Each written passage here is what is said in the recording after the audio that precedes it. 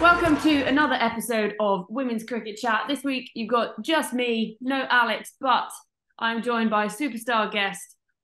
And this week we have for you Mahika Gore. Mahika, welcome to the podcast. Thank you so much for taking time out of your busy schedule as we build into 100th summer and for coming to chat. Yeah, thank you. Thank you very much for having me. Very excited. Very excited. You sound really excited to chat to me. You're like, oh God, I'm stuck with Auntie George. Yeah, For those always just an excuse to talk to Auntie Georgie. Yeah, basically. For those of you who don't know, Mahika and I met at Fairbreak, and Auntie Georgie just became a thing because I can't even really remember why, but it just did. It's stuck now. So Auntie Georgie and Mahika with you this week. So Mahika, let's I don't really know where to kick things off. How about, how are things going at the moment? What are you up to at the moment? We're in a break between the Rachel Hayhoe Flint Trophy and the 100. How has this summer been going for you? It's your first summer with a pro contract now at Thunder. How is it going? Yeah, it's been great. Like, obviously, my first proper summer, and before I was living in Dubai, I didn't really know how sort of full on the English summer is with cricket. Because in Dubai, we just have sort of cricket all year round. Um, but it wouldn't be as intense. But over here, like as soon as the sun comes out, it's just crazy. There's just so much cricket, and I've loved it. Like we had the Charlotte Edwards Cup, we had the Rachel Hale Flint Trophy, which has been going well. Obviously with the Charlotte Edwards Cup, we got to finals day, which was good. Good for us. Like I think we lost our first two matches in the tournament, so it was good to get there in the end. But yeah, like right now, just in a break. We've had two rained off games in a row, which is quite annoying. So we couldn't actually like end off on a high before the 100 started. We just ended up like waiting in the changing rooms, hoping for the rain to stop, but nothing's really happening. So hopefully the weather gets a bit better for the 100. Yeah, and what's it been like for you? So this is actually your first proper season with Thunder, and then what was it like to sign a actual first proper pro contract? I mean, you're only 17. That must just be like wild dreams kind of territory. Yeah, for sure. I think if you'd have asked me like a year ago, I wouldn't have ever guessed that I'd be doing that. So yeah, super proud. I think it's just uh yeah, it's just to show like that it just shows the work that I've put in. So I'm happy with that. But obviously that's not the end for me. I still want to keep doing more stuff like playing well for Thunder, sort of becoming like a frontline bowler for them, and hopefully playing for England soon as well. That was going to be one of my questions at some point. So it's an interesting one. Obviously, I know your background. You played at UAE, played for the UAE, the under-19s, and the seniors there. But you do have an English passport, don't you? Because you're born in Reading. Yeah. So could you just explain to our listeners how this one works and what your plan is? So would you make that switch from playing for the UAE to officially be able to play for England? Yeah, so I moved to Dubai when I was 8, so I could like I trained over there and then played for UAE because to play for UAE you just I don't actually know what you need. I think you just need to live there. Like I think you need the Emirates ID or something, which I had. Um, but now like one of the main reasons that I moved back to England was for, obviously I want to sort of do what I'm capable of, and UAE cricket is great and everything, but I just thought that maybe by coming here I could get like a higher standard of training and stuff. So yeah, that's one of the reasons why I've moved back to hopefully sort of get my name in the system. And yeah, by playing county cricket, playing all the regional stuff here, uh, just hopefully sort of like making a name for myself and seeing what can happen from that. And if you could just talk us through how you were picked up by, was it you were picked up by Thunder when they came over to Dubai for a tour, a pre-season tour? No, so it was actually before the preseason tour. It was in October. So our there was like an expo thing happening in Dubai at the time, and our school sort of organized this like masterclass session with Lancashire.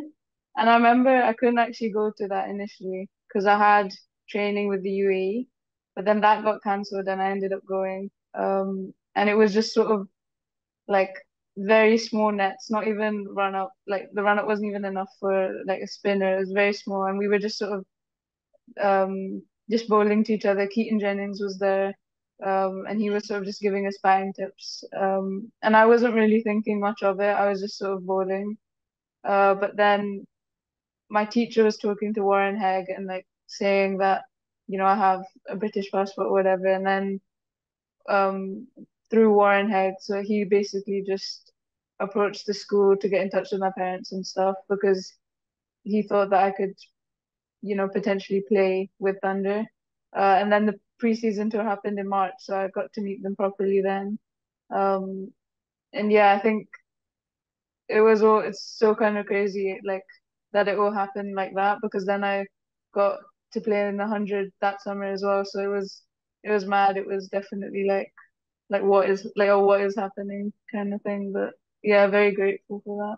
Yeah, it seems like a bit of a whirlwind. So you're now at school over here at Sedbergh, playing at Thunder, and then this summer you made your debut for the England Lions, didn't you? So what was that like as a step, and how hungry did that make you to want to play full England cricket? Yeah, definitely. Like when I found out I was playing for England, like I got selected for England A, I was super happy. Definitely a bit nervous. I remember before that first match, in the warm up and stuff, I was quite nervous because obviously it was like it was a new standard of cricket, and also I didn't really know anyone in the team, so it was like it was all very new for me. And then but like the girls in the team were super nice. They all sort of helped me. I asked a lot of questions as well, got to learn from them. Um, but yeah, it was great. It could have gone better, obviously. So like you said, it just made me a bit more hungry, and hopefully I can just keep working hard and play more matches for them. Like And how does the process work with you making the switch from the UAE to playing for England? uh, you're asking the wrong person. I honestly don't know. I think like my parents have dealt with that sort of stuff. Oh, Um, dream. Yeah, leave it to yeah, them. I still do. yeah. Yeah, leave it to them, honestly. But that's really exciting because I remember when we were at Fairbreak earlier on this year, which is obviously where we met. We'll get on to Fairbreak in a bit. It was, a lot of our discussion was, I remember Dan Norcross was very excited when he realised that you would actually be able to play for England. He was like, right, get it to switch now, get it to switch now. So the idea that, that definitely is what you would want to do because we didn't know. I mean, feel a bit bad for the UAE. We just nicked you, but, they'll just have they'll have to go over that one. They'll just have to be England supporters. But that's a really exciting step and move for you, especially so young, already playing in that A, and you've got that sort of experience under your belt. You've played as part of a add-on to an Ashes series already, which is really cool because I think a lot of 17-year-olds in that summer would be in like, I don't know, where do you go as a 17-year-old? Like Zante, somewhere like that, Yeah. drinking fish bowls or whatever it is they do. But yeah, so now you can now be a fully fledged English left arm seamer, which is a very exciting prospect for those of us watching England cricket. But I want to take it all the way back to how you actually started cricket in the first place. What got you into it?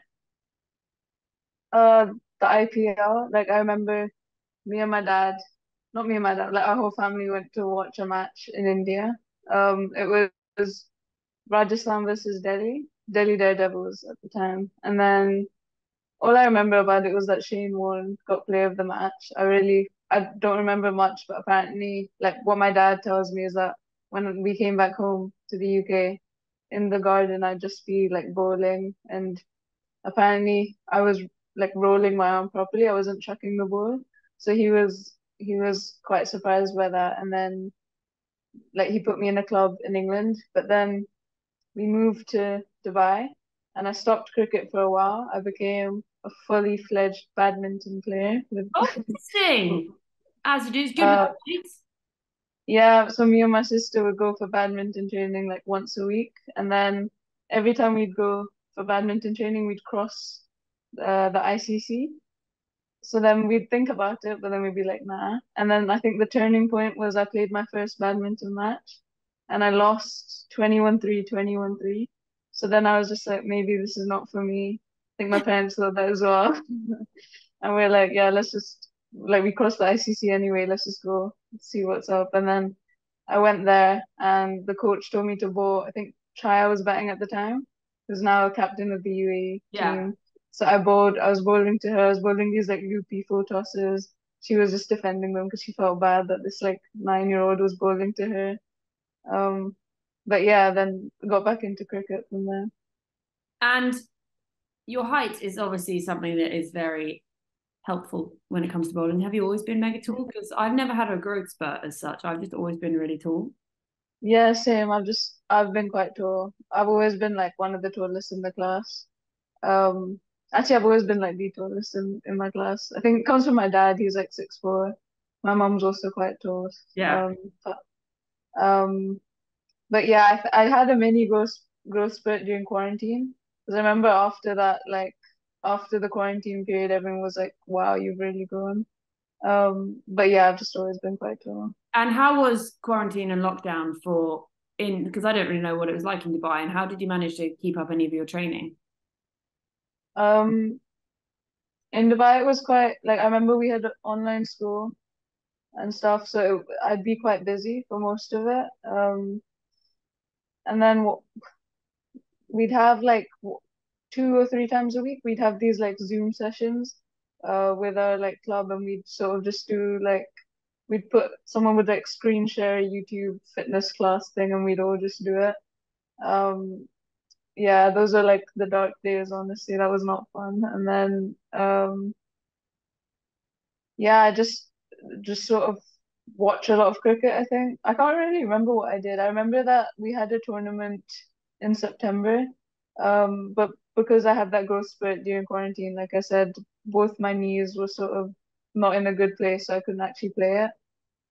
So it's a good thing that I grew during quarantine because I like got the injury then, so I didn't really miss out on much. Yeah, and so you moved over to Dubai and you picked up your cricket again when you got over there. And then you made your international debut age 12, am I right? Yeah, What was that like? I don't I don't really remember. Like, uh, it was quite surreal for me because obviously I was so young, but then at the same time, um, Sam and Vaishnavi were also making their debuts, and they were both younger than me. So it wasn't like oh, I'm like the youngest here, and because at least I had two other girls that were as young as me. So yeah, it wasn't that bad, but yeah, I just remember I wasn't really nervous at all. I was just sort of like, yeah, I just want to bowl. Um, and I think, yeah, I got one wicket there against Kuwait, got my first wicket, and then I was just super happy. My mom and my sister also came over they came over to Thailand to watch me, which was nice. I think my sister got food poisoning though, but apart from that, they enjoyed Oh, it. it's worth it. I'm sure she doesn't Yeah, mind now. yeah, hopefully. From then, obviously, you carried on playing through the ages, and we had the under 19 Women's World Cup earlier this year, which obviously I was at as well. What was that like to be part of the first one ever playing as part of that UAE team? Yeah. Yeah, I always say like it's such a flex, like playing the first ever under 19 Women's World Cup. Um, it's like something that we'll always be a part of. Like we're just always gonna be in that. So yeah, very, very happy to have played that. And I think it was good for UAE as well. Like we got through to the Super Six, which was amazing for us. It's such a good feeling. Um, and yeah, we couldn't go on any further, but I think we were still quite proud of like what we did. And I'm also quite happy with sort of the way that I went about it as well. Yeah, because we saw you with both the ball and the bat. So have you been working on your batting as well as your bowling as much? Would you ever consider sort of trying to push to being an all-rounder? Yeah, I mean, I definitely want to be an all-rounder. I think it's more exciting than just being a bowler for sure. So when I joined Sebre in September, my coach was like Martin Spate. He's a wicket-keeper batter himself, and he's like a great batting coach. So he was very sort of determined to make me like a bit more of a batter. He said that I've got like a good base, so over the winter we did a lot of work on my batting. Um, and I think when I went to the World Cup, it sort of like I wasn't really thinking too much about it, but just because of the work that we done over the winter, I sort of like was able to bat quite well. And it's still something I'm working on. I still want to be like an all-rounder, hopefully batting at like 6, 7 in the future. Interesting. I love that because, so often you do get pigeonholed once it's someone decides that you're a bowler. It's like, right, you're a bowler now. Yeah, Um, yeah. and then fast forward a few months, we got to fair break, which is where a lot of people suddenly, sort of came into their awareness. I mentioned Dan and the likes of Adam, and then Hartley obviously knew you anyway from Thunder things. She kept going, "We found her. She's ours. We've got her." What was it like to be part of the fair break family and everything that is doing for women's cricket and the opportunities it's providing? Yeah, Fabric was really good. I really enjoyed that. Think Hong Kong as well. It wasn't what I was expecting it to be like at all. Like I really enjoyed Hong Kong. But the tournament itself, I think it was great. For like associate level players to be playing in the same team as like the best players in the world. It's so good for everyone.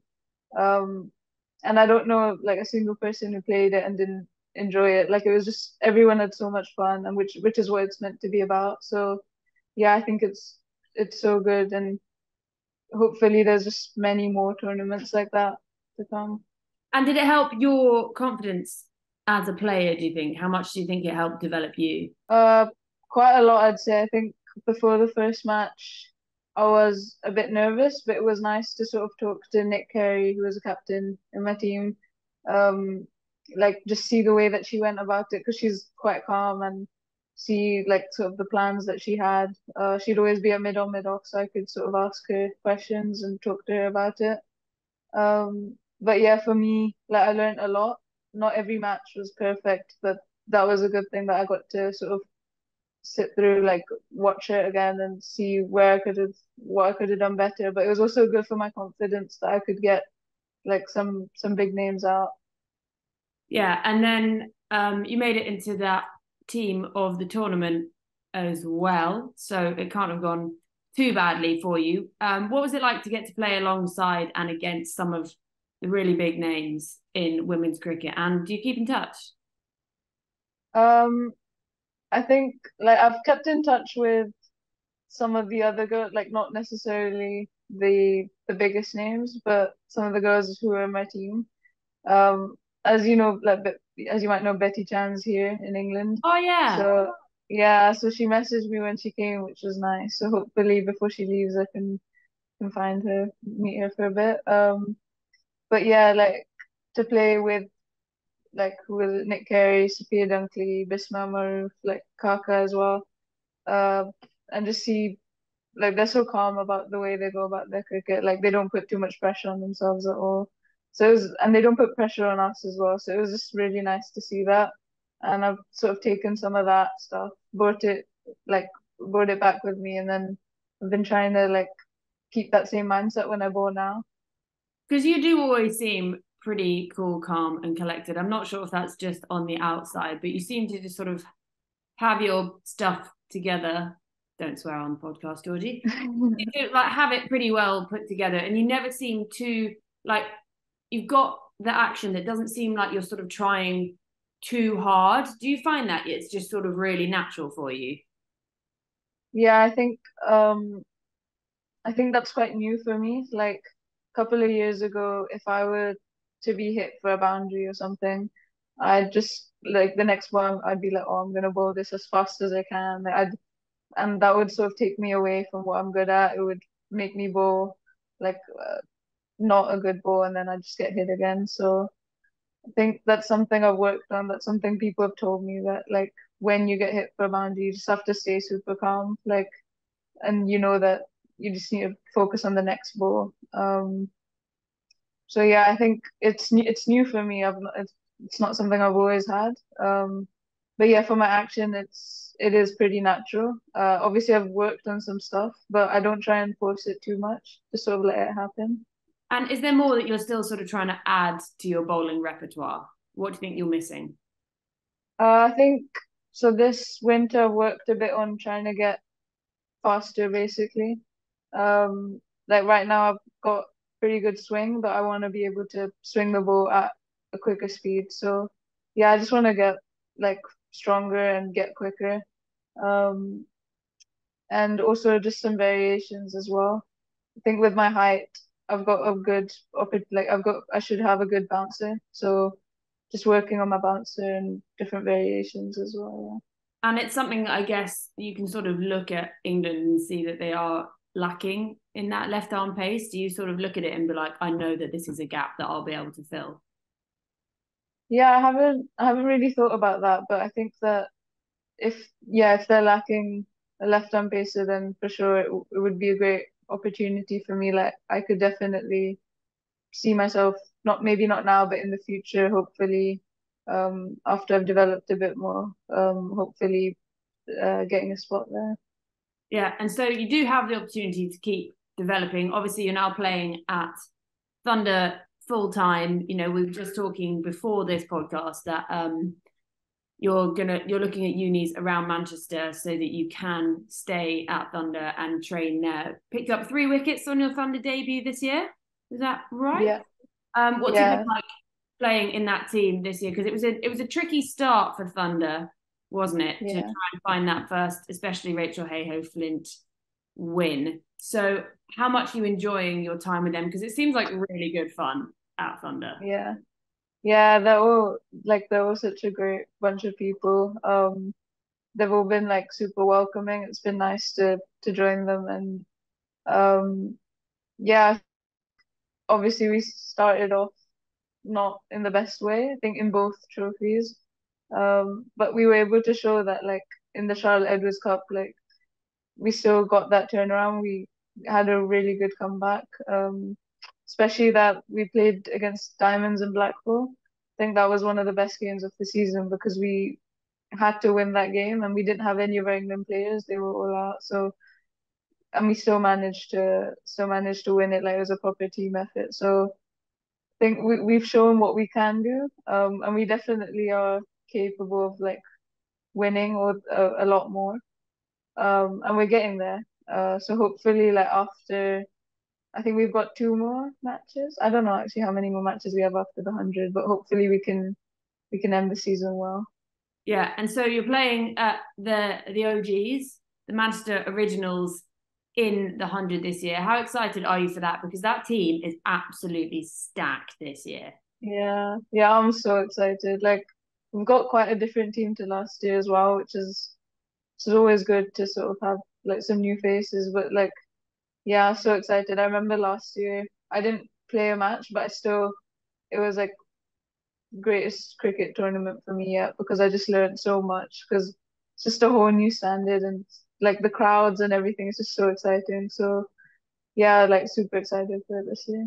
Yeah, and it's done a lot for sort of the growth of women's cricket in this country. Did you watch the first year? Were you part of it in the very first year? No, I wasn't. No, did you watch it and think that's something I want to be part of? Yeah, I watched it for sure. And I definitely thought that I want to be part of it, but I wasn't thinking that it would come so soon. So obviously, like quite grateful that I was able to play last year. Like sort of be part of it. And yeah, hopefully this year maybe I can play some matches, but like I don't want to put too much pressure on that. We can see how it goes. Yeah, and you can reunite with a bunch of fair breakers actually. Who have you got there? You've got Yeah. Wello, Dottin, Well, yeah. Wolvar. Wolver. You know what? This team is absolutely stacked. There's Yeah. I'm going in black and white because I think I'm an OG this year, but I think you know when you Yeah, you yeah should be. You should be. yeah and We'll get you an OG bucket hat you as read well. my mind. You read my mind. Yeah, I do like the OG buckets hats. Although you do look a bit like Vickers in the new kits. Yeah, we do. We do. Which is, you know, each Yeah. their own. I don't know. I don't know if I love it, but it's okay. Yeah, but I think you're doing better with black and white than like yellow and red or whatever. Yeah, true. I don't know Yeah. what the Oval Invincibles kit is this year, but it's just like a children's I kit. actually like it. I actually like that kit. I don't know. It'd be really good as nails, like on your look as a nail decoration, but I don't think I could rock it as a shirt yet. Yeah. But I'm an OG fan now, so it doesn't matter. Anyway, Yes, you are. and so we've got the 100 coming up, and then the rest of the Rachel Hayhoe Flint Trophy. What is the plan for beyond that? You know, what's the sort of short term plan, and then obviously the long term plan is England stuff, I guess. So short term plan, I've got school starting in September, Oh, is it which last year? yeah, last year, so A levels and stuff, which uh I haven't really thought about that. I've been enjoying my summer so much, so it's fine. Um, and then I'll have my like A levels next year, and then once that's done, just cricket really. I And want to go to uni. was that actively your choice, saying I want to do my education, I want to finish it, and I want to go to uni? Yeah, I think it's also like something my parents have always said, which I completely agree with. That like I want to do cricket, which is great. That's a plan A, but you should always have a sort of a plan B. So like yeah, and also just always have something else to do because I would get like quite bored. You don't want to just be doing cricket all the time. Yeah. So and if you can balance both of them, then why not? So I don't know if I want to do university straight away. Might take a gap year. It just depends. Like we'll see how cricket's going, but definitely in the future, like I'd wanna go to university and experience that as well. And what are you going to study? I have no idea. I thought I was doing sports science up until like a couple months ago when I started thinking about doing like management or something. So uh yeah, I really don't know. I'm gonna have to look into that a bit more. Don't do psychology. That's my suggestion. Well, don't Did do you do psychology. I psychology? did. I can't say I've ever used it, and I can't say I Okay, didn't that much. I liked uni, didn't like my course, but maybe that's just me. Um, okay. so that is my suggestion to you. All That right. inclusive. All right, you've Unless yeah. you love it, I'll just do management then. You've helped me yeah, make up my I'm mind. sure it's probably more helpful in day to day life. People like to say, "Oh, but surely you can read people's minds," and I'm like, psychology, not like palmistry and Yeah, telepathy. you Anyway, have to do something else for that. yeah, well, I don't know what you have to do. Drink something from. But obviously, I'm aware I don't want to keep you forever. You've got to go and do an appearance at a children's club today. That's what happens Yeah. when you become a celeb. You have to go and do appearances. We always like to round off with a few sort of quick fire questions, which are just a bit more fun. So one that we like to always ask is, what's your favourite item at a cricket tee? What like food item? Yeah, Um, flapjacks for interesting. sure. No one's ever said that to us. I don't know. What's the like common answers The common usually? one, we quite often get sausage rolls and Oh, Scotch. but I'm vegetarian, so I can't really. Oh, there you go. Oh, I make a really good cheese and onion one. Oh, do you? Yeah, Yeah, please. flapjacks. Yeah, good choice. I actually like flapjacks warm. Interesting. Mm, I think every Yeah, we usually just have them like cold out, and then they're good to have right before we go into play. Um, flapjacks. Interesting. yeah, Someone else. There's quite a few people go for egg sandwiches, but that's such a standard. nah. Nah, no. Oh, I was on a train the other day and someone ate a tuna sandwich, and I was sat there like, and I just moved. I was like, I can't be near this. It smells too bad. Oh, me and tin tuna are not friends. Another one we love is, I'm not sure if you do sledge, if you sledge at 17, but what's the favorite sledge you've ever used or heard? I remember one match in Dubai. There was like a touring team that came, from England, and I got a bit too excited, and I said something like, um more dots than my aunt's polka dotted leggings or something. I don't even know what I was saying, but I just remember that the umpire had to warn me because it's got a bit too excited. Love that. Love that. Um, one of my favourite ones was send those bales to Wales. I used to play with someone who always said that. That's a bit standard though. You got to be a bit creative. Yeah. Like I made another one. It was like more taps, more taps than my dad's plumbing company. I don't even know. It Nice. was sort Love it. I like the personality. It's way more fun. Um, if you didn't do cricket and there was literally any job in the world that you could do, what would you want to do? See, I think so. This summer I've started like cooking, and I'm actually pretty good. So I'd be a chef. That's what I'd do. Love that. Master Chef, Celebrity Master Chef, yeah, one day. Yeah, yeah, for sure. Nice. Love that. Better than going in the jungle anyway. Yeah, Yeah. I'm actually not bad. I think my whole family would disagree, but the food, like yesterday, I made banana bread, which was not too bad as well. Do So, you ever take it to uh, training? uh, yeah, why not? People will love you if you take baked goods to training. Ask Sophie Luff. She always Yeah. makes baked things and she's like, yeah, All Westminster. right, all right, I'll do that. Ika's Bakery. Yeah. It could, it'll be gorgeous. Ah, God. great one. What was the last TV series you binge watched?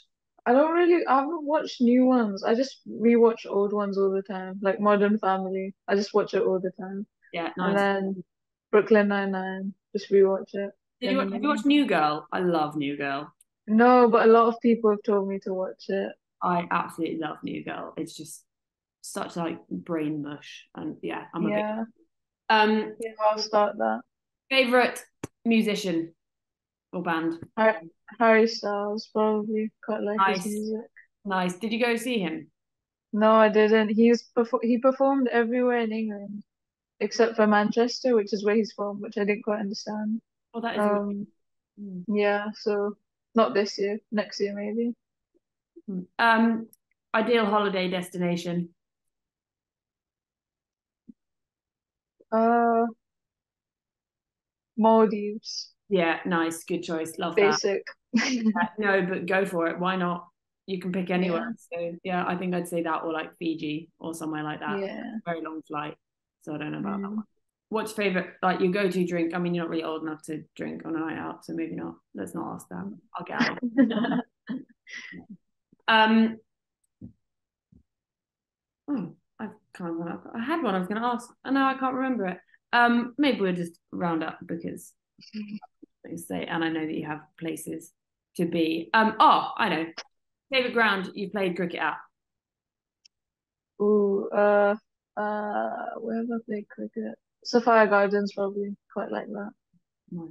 Well, I think we'll leave it on that one, and I'm sure there'll be plenty of places around the world you'll get to play, hopefully. But Mahika Gore, thank you so much for joining us for this episode of Women's Cricket Chat. Just where can our followers find you on social media?